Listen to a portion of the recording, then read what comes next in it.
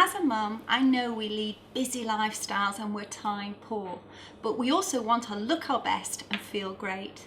But what worries me as a dietitian is that new research has shown that a third of mums have actually embarked on a faddy diet since the new year. And even more worryingly is that over half of mums have actually skipped meals in the quest to lose weight. Now we know it's not sustainable in the long term, and the only way to lose weight is by following a healthy, balanced diet and lifestyle, looking at your portion sizes and getting more active. So here are my top tips to you. There are no good or bad foods or drinks. Healthy eating is about balancing pleasure with also moderation. And I like to think of the kind of 80-20% rule. So 80% of the time you should be eating healthy, balanced foods, and 20% of the time you're allowed those occasional treats. Well, portion control is key to looking after your weight and also your health. And we know from research, the more food that's actually presented in front of us, the more we're likely to eat.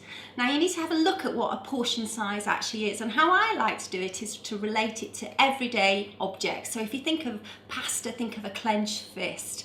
If you think of a piece of meat, then perhaps it's a playing cards. If you think of fish, it's a checkbook. And I think it's also important to remember that you're not eating the same as your husband. He has an extra 500 calories a day to play with. So if you're eating as much as him, then you might be at risk of putting extra weight on over the long term.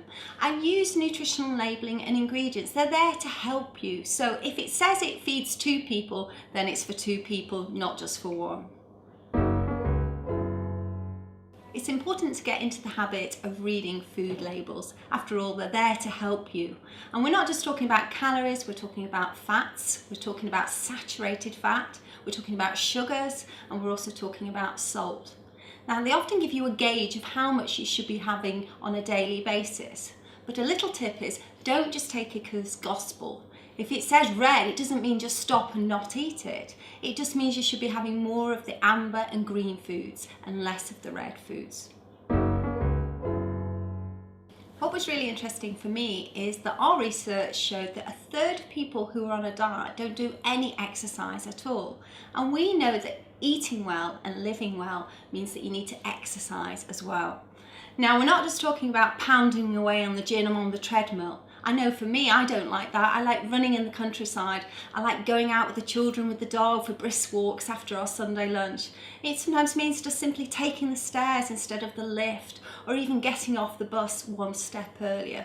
All small changes make a big difference in the long term.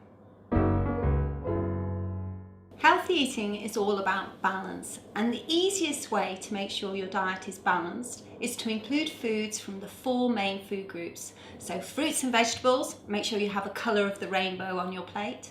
Starchy carbohydrates, pasta, rice, potatoes. Lean protein, chicken, meat, fish, pulses and eggs, and also low-fat dairy. Fatty and sugary foods should be kept to an occasional treat. And healthy eating doesn't have to be complicated, but you need to make sure you're looking after your portion sizes.